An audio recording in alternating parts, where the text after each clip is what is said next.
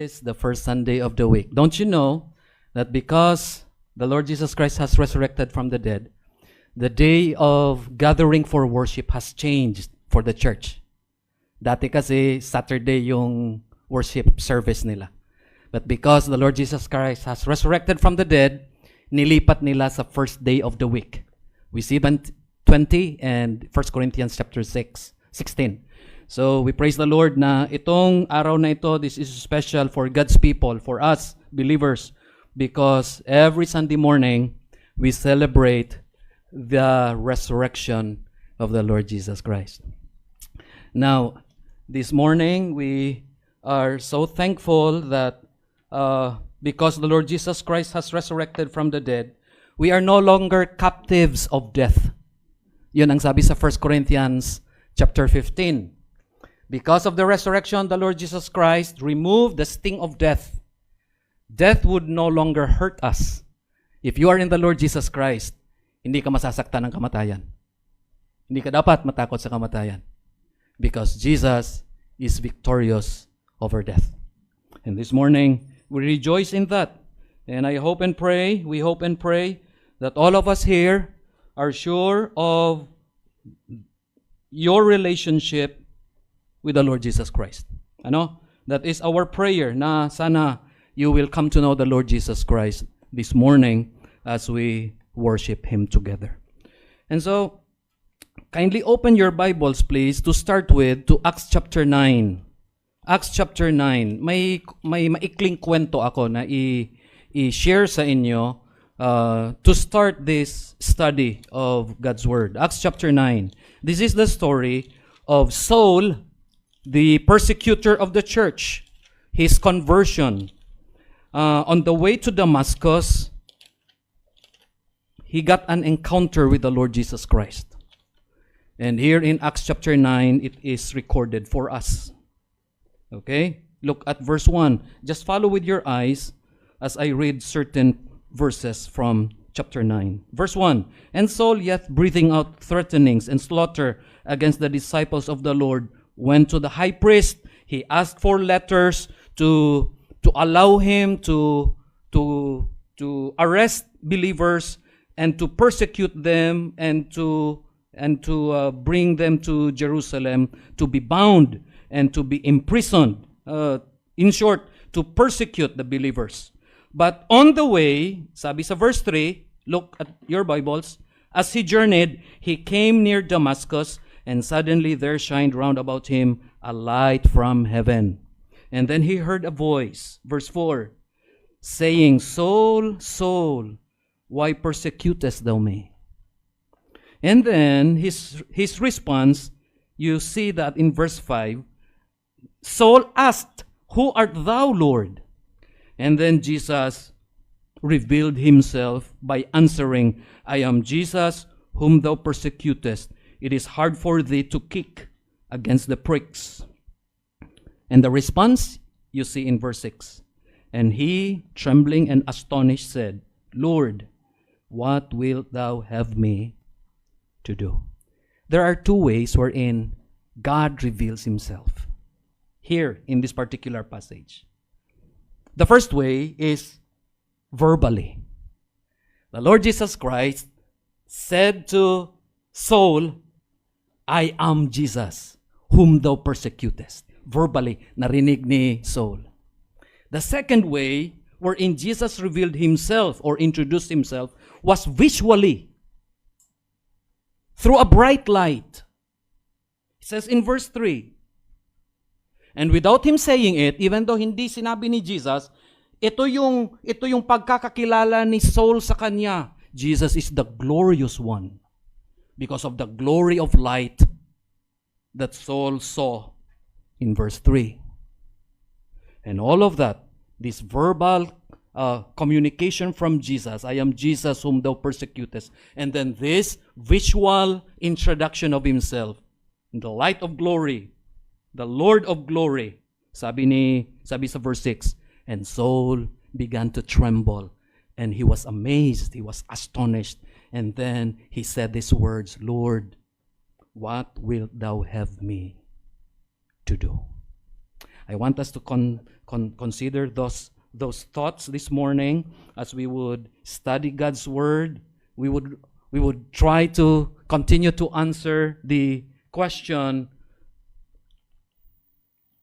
who is Jesus? We would want to ask ourselves, who is Jesus to me?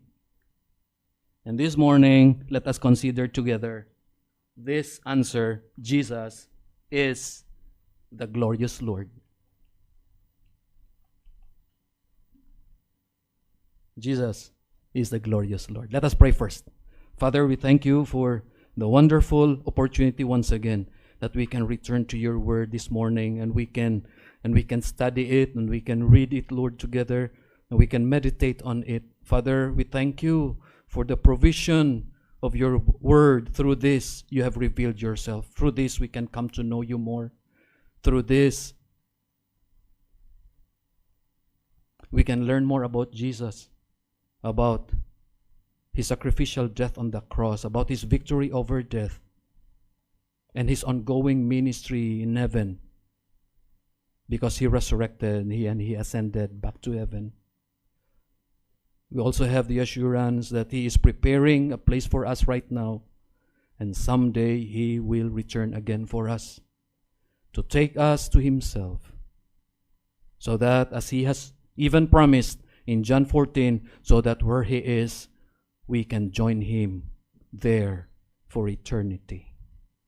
And this morning, we would want to thank you, Lord, for answered prayers. First of all, we thank you for the deliverance you have given to Pastor Josh Sullivan. We prayed for him last Sunday. Thank you, Lord, that after 3 days, he has been rescued from his captors, and he was able to return to his family and to his church safe. We thank you, Lord, for answering our prayers. We thank you for keeping safe our sisters who traveled last night, for bringing Sister Cheryl back to her home place, for keeping safe Sister Daisy as she travels coming back from the Philippines. We thank you, Lord, for your journeying mercies that you have given them. We thank you for blessing the various annual conferences held in different regions in the Philippines, in Iloilo, in Leyte, in Bohol, in Davao, in some other regions. We thank you, Lord, for a good turnout of attendance. We thank you for the powerful ministry of your word. And we thank you, Lord, for the commitments made for souls who have accepted the Lord Jesus Christ as their Savior and Lord. We thank you, Lord, for the partnerships that were revived among the churches because of these annual conferences. Father, we thank you for what you have accomplished during these gatherings. And we thank you, Father, for your bountiful blessings you have proven over and over again in our personal lives and even in our family life, that you are our great provider. Thank you, Lord, that you have provided not only our material needs, but even our spiritual needs. And this morning we are here today because of the bountiful spiritual blessings that you have given us for this morning. Dear Father, we pray for the 3 hours Pastors and Workers Conference in Camp Nikos on the first week of May. We pray, Father, for your provision. Many pastors and workers and their families are desiring to go and attend. We pray, Lord, that you will provide for their needs. We pray for Pastor Mike Celorio and for the staff of Camp Nikos as they prepare the camp to be the venue of this gathering. We pray, Lord, that you will provide for all the needs, especially water.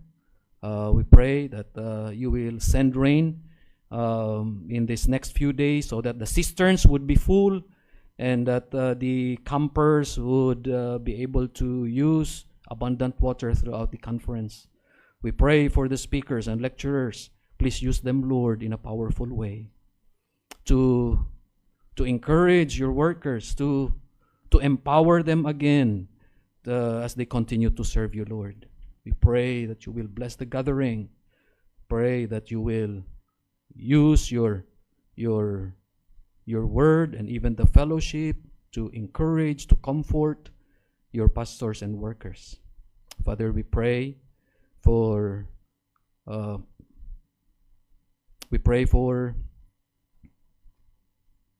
parachurch organizations that are doing the ministry of spreading the gospel, even though they are not churches, but they are helping the churches to do the work of the ministry. We pray, Lord, that you will bless all their endeavors.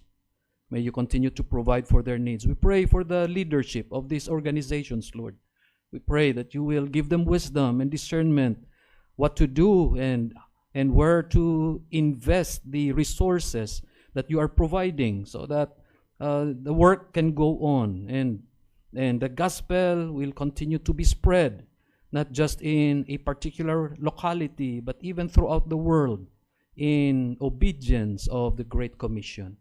Father, we thank you that you are our God. We can always look up to you for help to do the work of the ministry in a biblical way. Give us wisdom, Lord, as we continue to reach out to people in need of the Savior, the Lord Jesus Christ, here in Hong Kong and in the places of ministry, especially with the ministry partners that we have. We pray, Lord, that you will continue to show your power working in the hearts of people so that more souls would come to know Jesus. We pray that you would help us to be intentional in spreading the word of the gospel.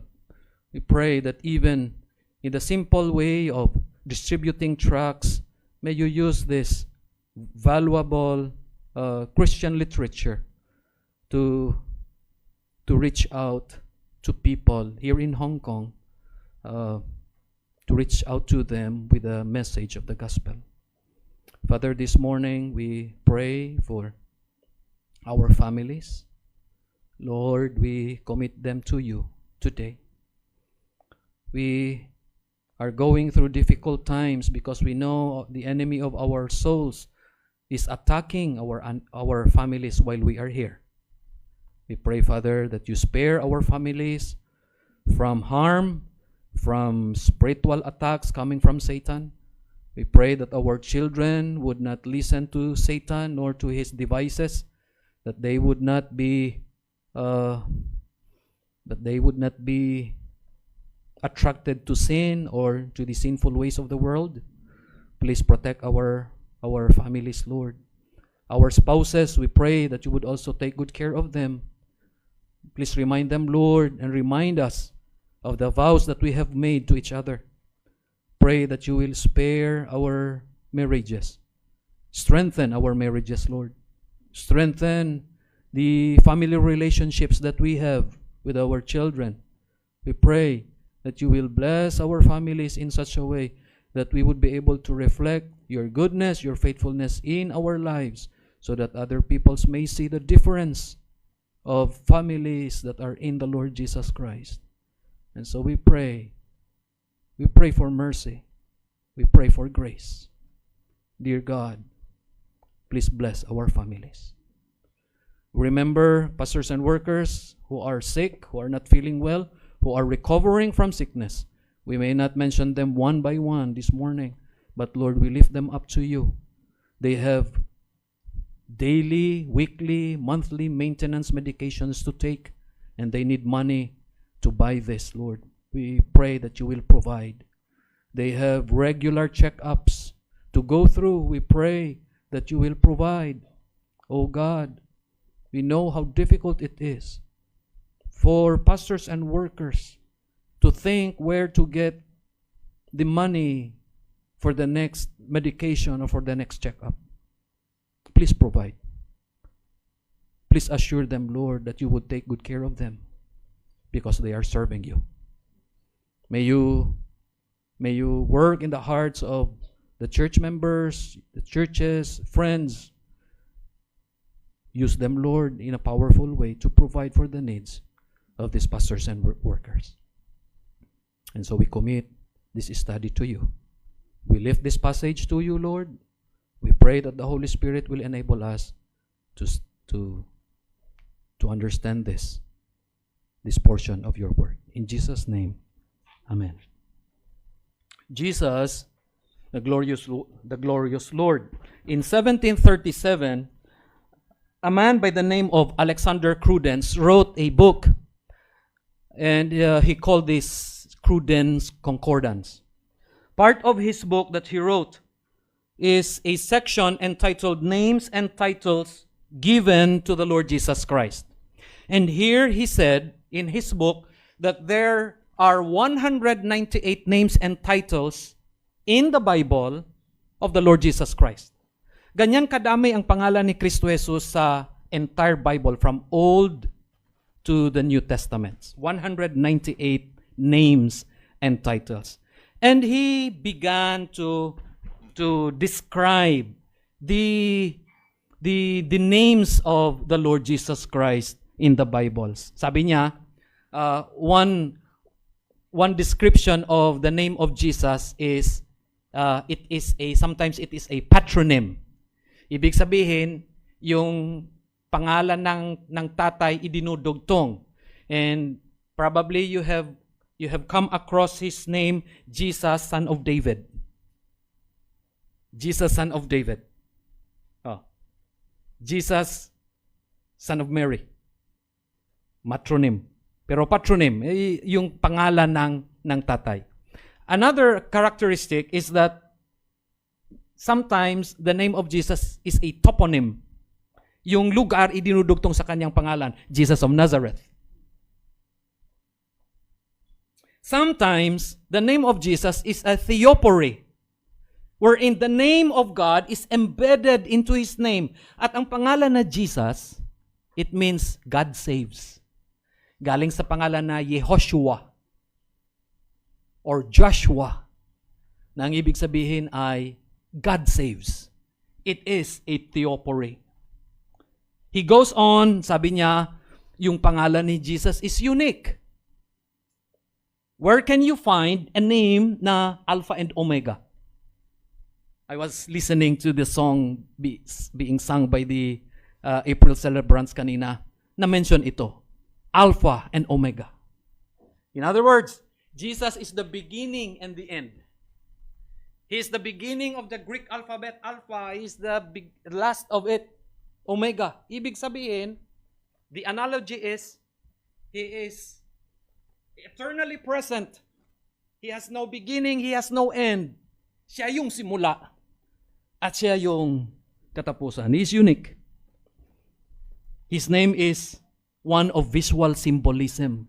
In the song, in the book Song of Solomon, chapter 2, you will find the name Rose of Sharon. I am the Rose of Sharon. I'm the lily of the valley, sabi dyan. And these names was connected to the Lord Jesus Christ. Don't you know that the rose is the most perfect flower in the world? Maraming magagandang bulaklak, pero rose ang pinaka-perfect.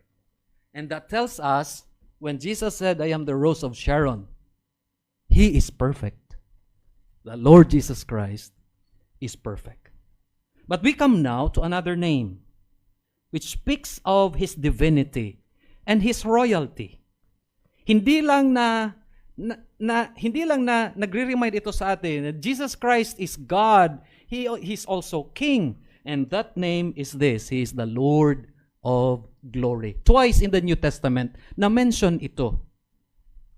Ang isa sa 2 Corinthians, ang isa sa 1 Thessalonians, He is the Lord of glory. Or you may say, He is the glorious Lord. In the Bible, there are two meanings of the word glory. Sometimes when you say glory, it talks of a superlative honor or excellent reputation. This is the word na ginamit ng Diyos sa Isaiah chapter 43 when He said, I have created man for my glory. Ibig sabihin, God created you and me for His superlative honor and excellent reputation. It is the same word na ginamit din sa Romans 3:23 where it says, for all have sinned and come short of the glory of God. Because all of us are sinners, hindi natin narating ang reputation ng Diyos. Hindi natin naabot yung kanyang expectation because we have sinned. And of course, we were condemned. But the second use of the word glory, it is the brilliant light that surrounds God's presence. And that is the usage that we find in Hebrews 1:3, where it says, He is the express image of God and the brilliance of His glory. Jesus Christ is the splendor and brightness of God. Now, yan yung magiging focus natin as we study this morning. And with that is the question, how should we respond knowing that Jesus is the Lord of glory? Just like Saul, when finally he came face to face with Jesus, when he saw the brightness of the glory of Jesus, naitanong niya sa kanyang sarili, Lord, ano ang gusto mong ipagawa sa akin? How should we respond when we come to know Jesus, the Lord of glory? A profound title used of Jesus Christ that emphasizes both His divinity and sovereignty. It is the name, the Lord of glory. My prayer this morning para sa bawat isa sa atin, mga kapatid, is that we would glorify Jesus because He is the glorious Lord. We would praise Jesus and we would honor Jesus because He is the Lord of glory. There is a preacher 3 centuries ago, in one of his books, ito yung kanyang sinabi. Sabi niya, one of the greatest privileges and advancements of believers, both in this world and unto eternity, consists in their beholding the glory of Christ. Na wala nang mas magiging mahalaga sa atin as believers, as Christians, other than to see and to gaze upon the glory of the Lord Jesus Christ. Alam niyo kung ano yung umaagaw sa atensyon natin, Christians, especially sa panahon natin ngayon. We are living in a world that vies for our attention every day. Marami ang kumukuti-kutitap sa palibot natin. Each one vying for our attention. Oh, that we would focus on the glory of the Lord Jesus Christ. Because in doing so, our love for Him would become deeper. And our trust in Him would become stronger. I have several things to share with you this morning. First, Jesus is the glorious Lord because He possessed eternal divine glory. Why is He worthy of our worship? Why is it that we need to honor Him and glorify Him in our lives? Because Jesus possessed eternal divine glory. Listen again. Sabi sa chapter 1 verse 3, He is the brightness of God's glory. Ibig sabihin, He is the outshining of God. Hindi siya reflector. I must distinguish from a reflector and a radiator. Let me explain. Pag sinabi mong reflector, wala siyang source ng liwanag. Ang buwan is just a reflector of the sun. Pag sinabi mong radiator, may source siya ng liwanag. The sun being a radiator of light. The Lord Jesus Christ is not just a reflector. Sabi ng Hebrews 1:3, He is the brightness of God's glory. Meaning, the Lord Jesus Christ is the radiator of God's glory. Bakit? Because He is of one substance with the Father. In other words, because God is God and Jesus is God, they share the same glory together. Mga kaibigan at mga kapatid, this is one comfort for us. That in the Lord Jesus Christ, He exhibits in Himself the glory and majesty of God. And because of that, we can worship Jesus Christ. He is God. And I think and I believe we have the reason to worship Him today because He has resurrected from the dead. Napatunayan ni Kristo Jesus na hindi siya tao lang. While many believe na si Jesus tao lang, hindi po. He is God-man, Diyos na nagpakatao. And He did that. He did that. He went to the cross. He suffered everything. And He went to the cross and He died a shameful, painful death on the cross. First of all, to glorify God the Father. Secondly, to save you and me from the penalty and punishment of sin. The Lord Jesus Christ died for you because He loved you so much. Pero alam ba ninyo what is more amazing? Hindi siya nanatili sa libingan. On that Saturday morning, tinatawag na Sabado de Gloria.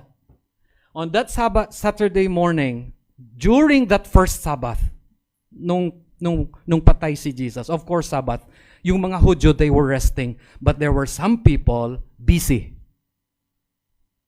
making sure na hindi paniniwalaan na si Jesus talaga would resurrect from the dead. Nagkabayaran. Bantayan ninyo ang libingan na hindi nanakawin yung kanyang bangkay.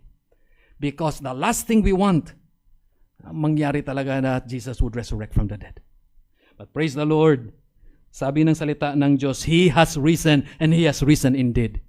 Jesus Christ has resurrected from the dead. Not only that He is the brightness of God's glory, the glory that is manifested by the Lord Jesus Christ is eternally His. Sa Kanya mismo yun. Sabi sa John 17 verse 5, in the prayer of the Lord Jesus Christ, sabi niya dyan, glorify thou me with thine own self, with the glory which I had with thee before the world was.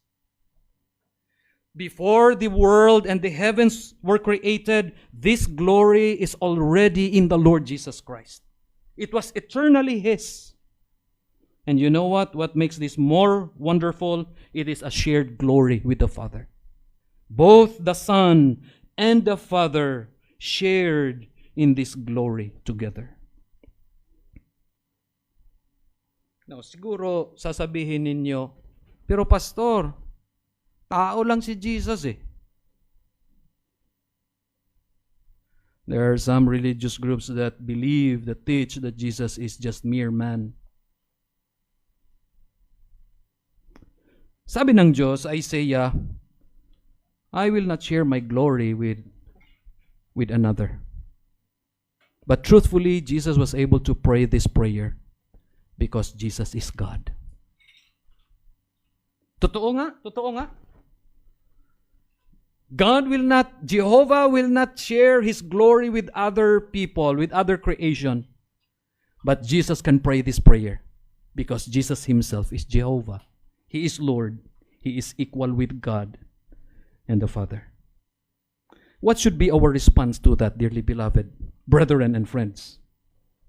It is this, because Jesus Christ is the Lord of glory, because He is the radiance of God's glory, because He actually shares in the glory of God, we must glorify Him. And so it clearly comes to us now. Ang sabi sa 1 Corinthians 10:31, whether therefore ye eat or drink, or whatsoever ye do, do all to the glory of God. Because Jesus is the glorious Lord, we must glorify Him in our lives. And I believe one way of glorifying the Lord Jesus Christ right now is to express your faith in Him. Friend, if you are here this morning, this is the first time that you have ever heard this sermon, one way of glorifying Jesus in your life is to put your faith in Him. Is to recognize Him that Jesus is your Savior and Lord. If you confess with your mouth that He is your Savior and Lord, and if you believe in your heart that God has risen Him from the dead, you will be saved. Sabi yan sa Romans chapter 10, verses 9 and 10. One way of glorifying Jesus is putting your faith, your belief in Him. Na siya lang ang tagapagligtas at wala nang iba, that what He did on the cross is sufficient for your salvation. Na hindi mo na kailangang dagdagan pa ang ginawang sacrifice ni Jesus sa cross, because what He did is sufficient for your salvation. If you do that this morning, you are glorifying Him. Second, Jesus the glorious Lord manifested divine glory. But we would come to that verse later. Several ways Jesus showed glory. Isa-isahin natin. Symbolically, Jesus showed His glory through the transfiguration. In Matthew, in Mark, in Luke, in these three gospel books, this story was recorded. Jesus brought His 3 disciples to the mountain.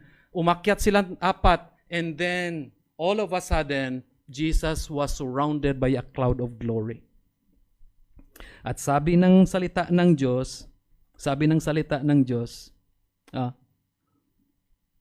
His face did shine as the sun, His raiment was white as the light, sabi sa Matthew 17. Bigla, lumiwanag ang lahat na paligid, and the face of the Lord Jesus Christ shone as the sun, very bright, even His clothes white as the light. And the disciples were amazed. Now, ano ang ibig sabihin nito? To use an analogy, Jesus pulled back His flesh para for that particular instance makita ng disciples ang kanyang glory.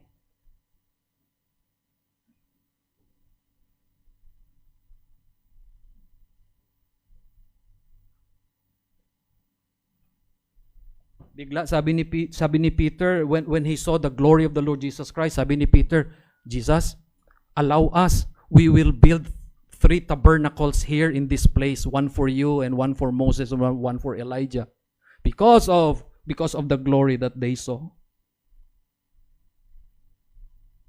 Hindi naman siguro natin makita yung glory ni Jesus ngayon, but we can have the same desire.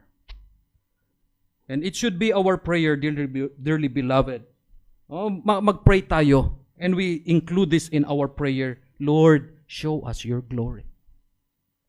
Every day, ipakita mo, Panginoon, ang iyong kaluwalhatian sa buhay ko. In the circumstances that we are in, I may be in a particular circumstance right now. I am discouraged. I have doubts. May mga takot ako sa buhay. May mga misunderstanding na nangyayari, may crisis ako na kinakaharap, I cannot see any hope. But Lord, let me see your glory. Show me your glory, and it would encourage my heart again.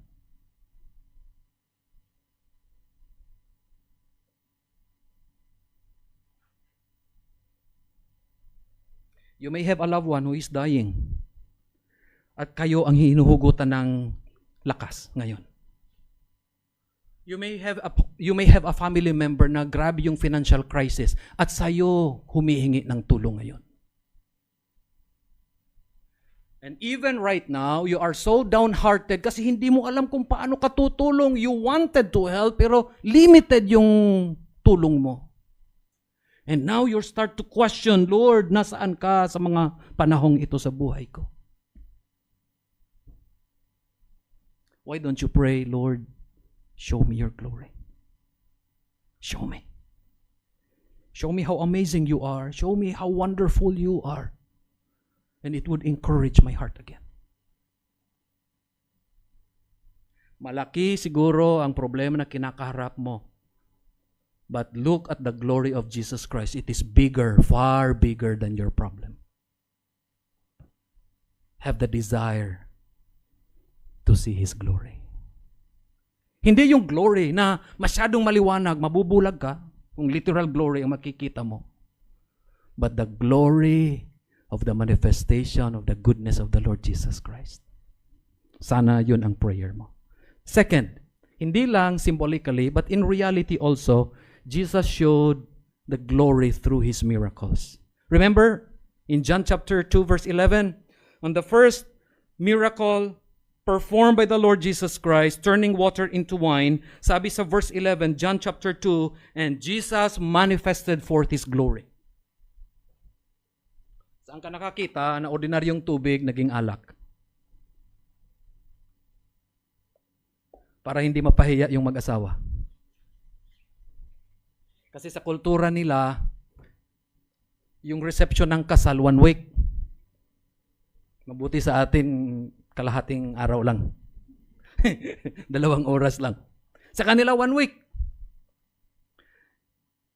Kapag maubusan ka ng handa, pagkain or alak, hindi ka na babalikan nila.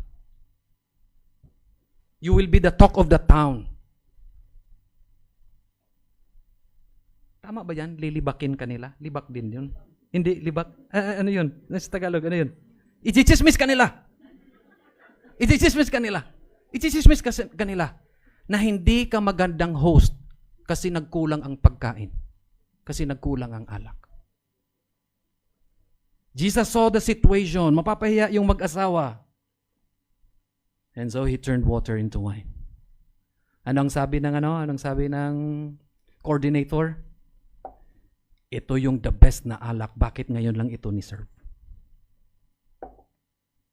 But through that miracle, sabi John sa verse 11, Jesus manifested forth His glory. Now, until this moment, He still performs miracles in our lives. In your life, in my life. Until now.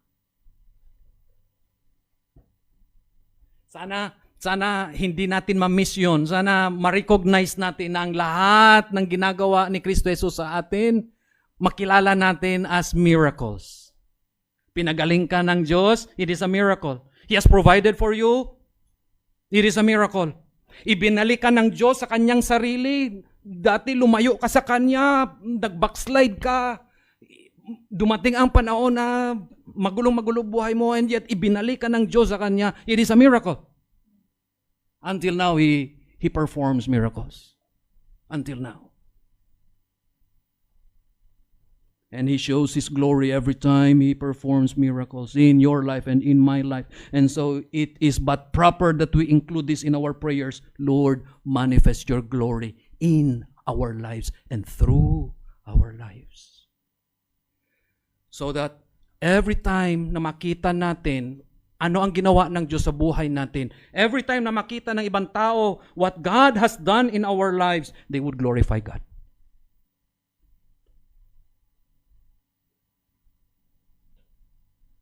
They would praise God and they would worship God.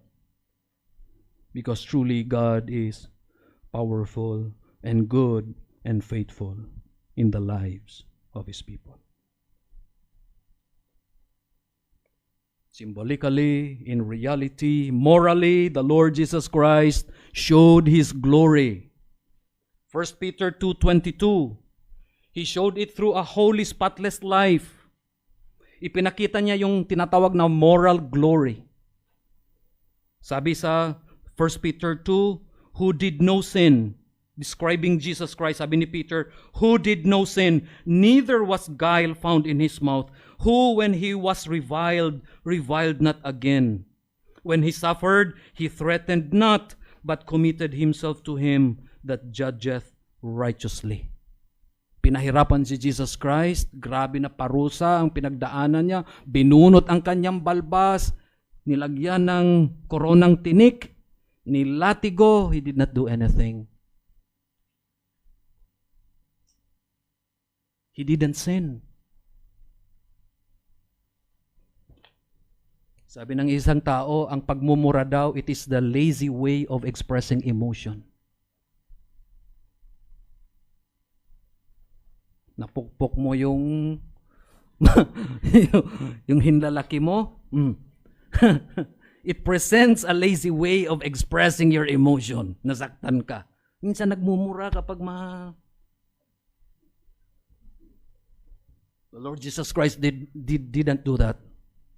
Grabe na palo sa kanya. Grabe na kahihiyan ang inabot niya. Grabe nga hirap. And yet, sabi dito, He did not revile. He did not revile. He showed His moral glory. And you know what? He helps us to reflect His glory. Tayo na mga mananampalataya, the Lord Jesus Christ enables us to reflect that same glory in our lives. Gagawan ka ng masama, gagawan ka ng mali. Of course, there is always the temptation na, anong term yan? Gagawan mo rin. Magre-retaliate ka. And yet, God enables us to be meek and to be patient and to be long-suffering and to live for God, to reflect His glory. And so it is but proper that we include in our prayer, Lord, glorify your name through us. Glorify your name through us in our daily lives, in our daily behavior, in our daily actions, in our daily words, in our daily thoughts, in our daily work. Lord, glorify your name through us.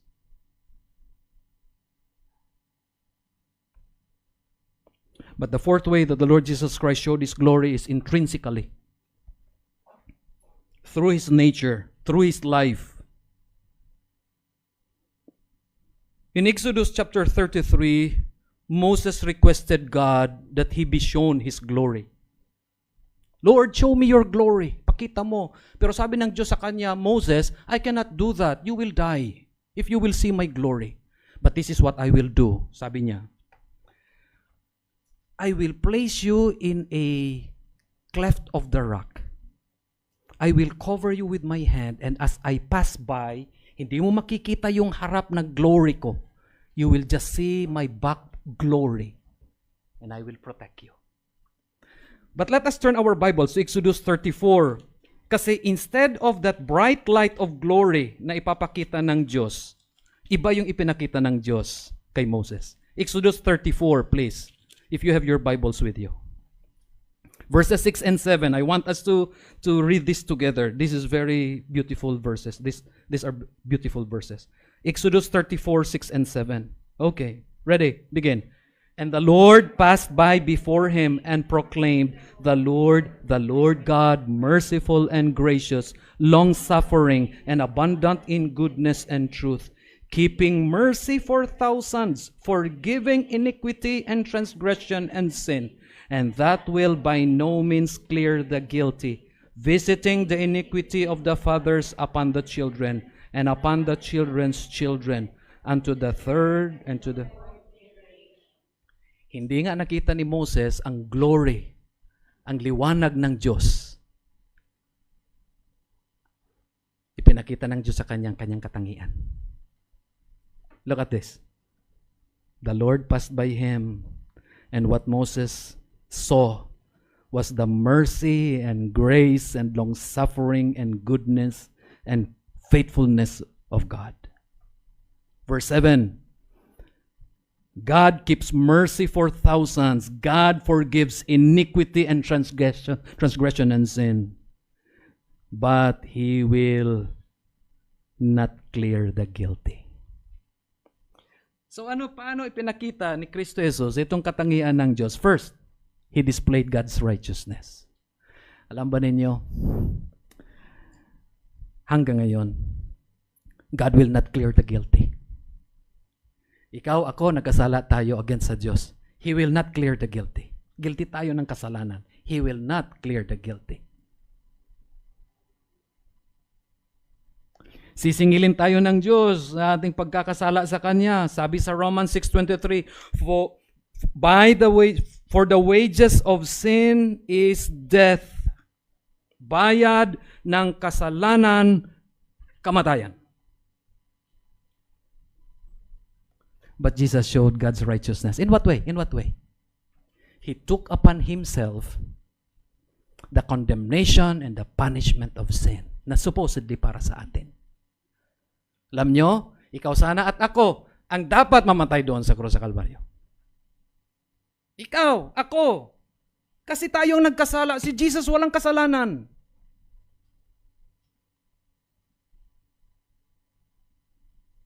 But Jesus showed the righteousness of God.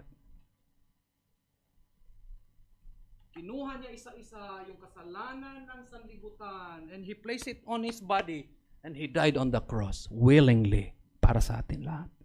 So that anyone who puts his faith on the Lord Jesus Christ, he will receive forgiveness of sins. He will be reconciled to the Father and he will be sure of salvation. The Lord Jesus Christ also displayed God's grace. Romans chapter 3 now, verse 25 or 27. Let's begin sa 25. Whom God hath set forth to be a propitiation through faith in His blood, that is Jesus, to declare His righteousness for the remissions of sin that are passed through the forbearance of God. The Lord Jesus Christ died, and through His blood our sins were forgiven. Verse 27, where is boasting then? It is excluded. By what law of works? Nay, but by the law of faith. It is only by grace. Kasi wala tayong may pagmamalaki. Sabi sa Ephesians 2, 8 and 9, for by grace are ye saved through faith, and that not of yourselves. It is the gift of God, not of works, lest any man should boast.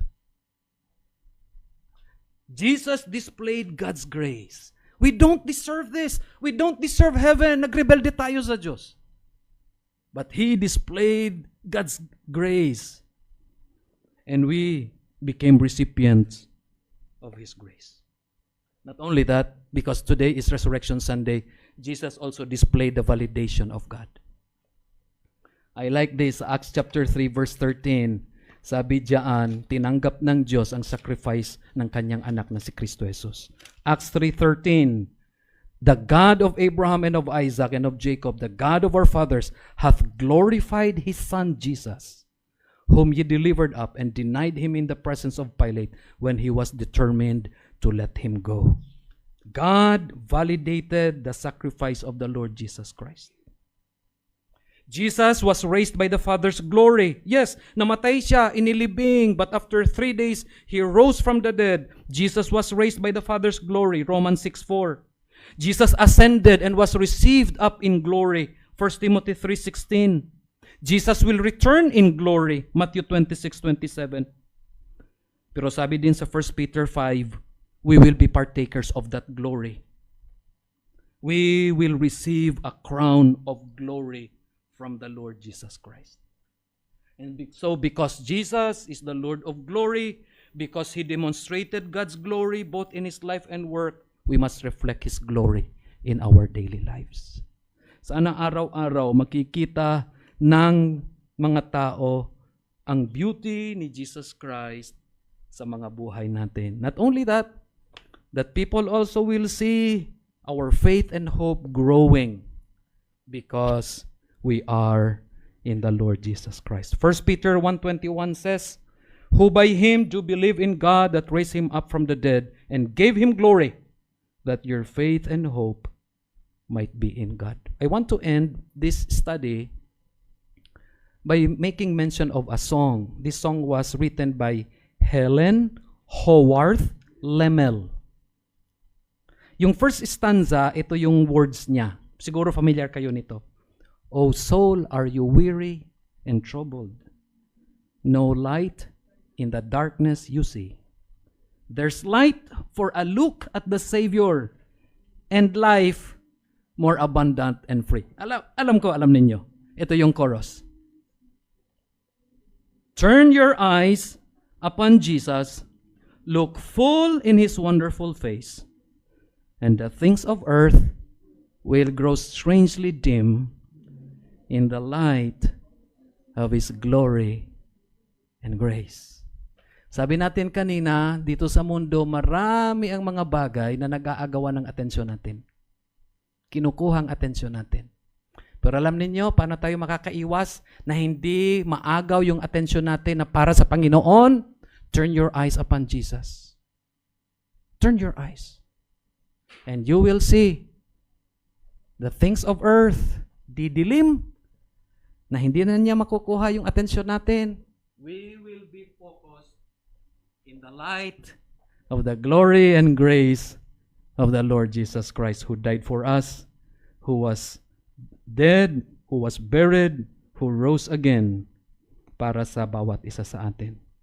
And so, because Jesus is the glorious Lord, we must glorify Him in our daily lives. Sana, from now on, we will glorify Jesus, our glorious Lord. Father, praise you. We praise you for this wonderful opportunity to study your word.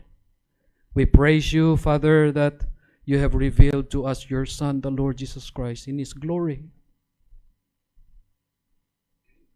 He has gloriously resurrected from the dead. He has ascended back to heaven. But someday, He will gloriously return for us, and we will share His glory. Lahat ng ito, Panginoong Diyos, all because of the Lord Jesus Christ.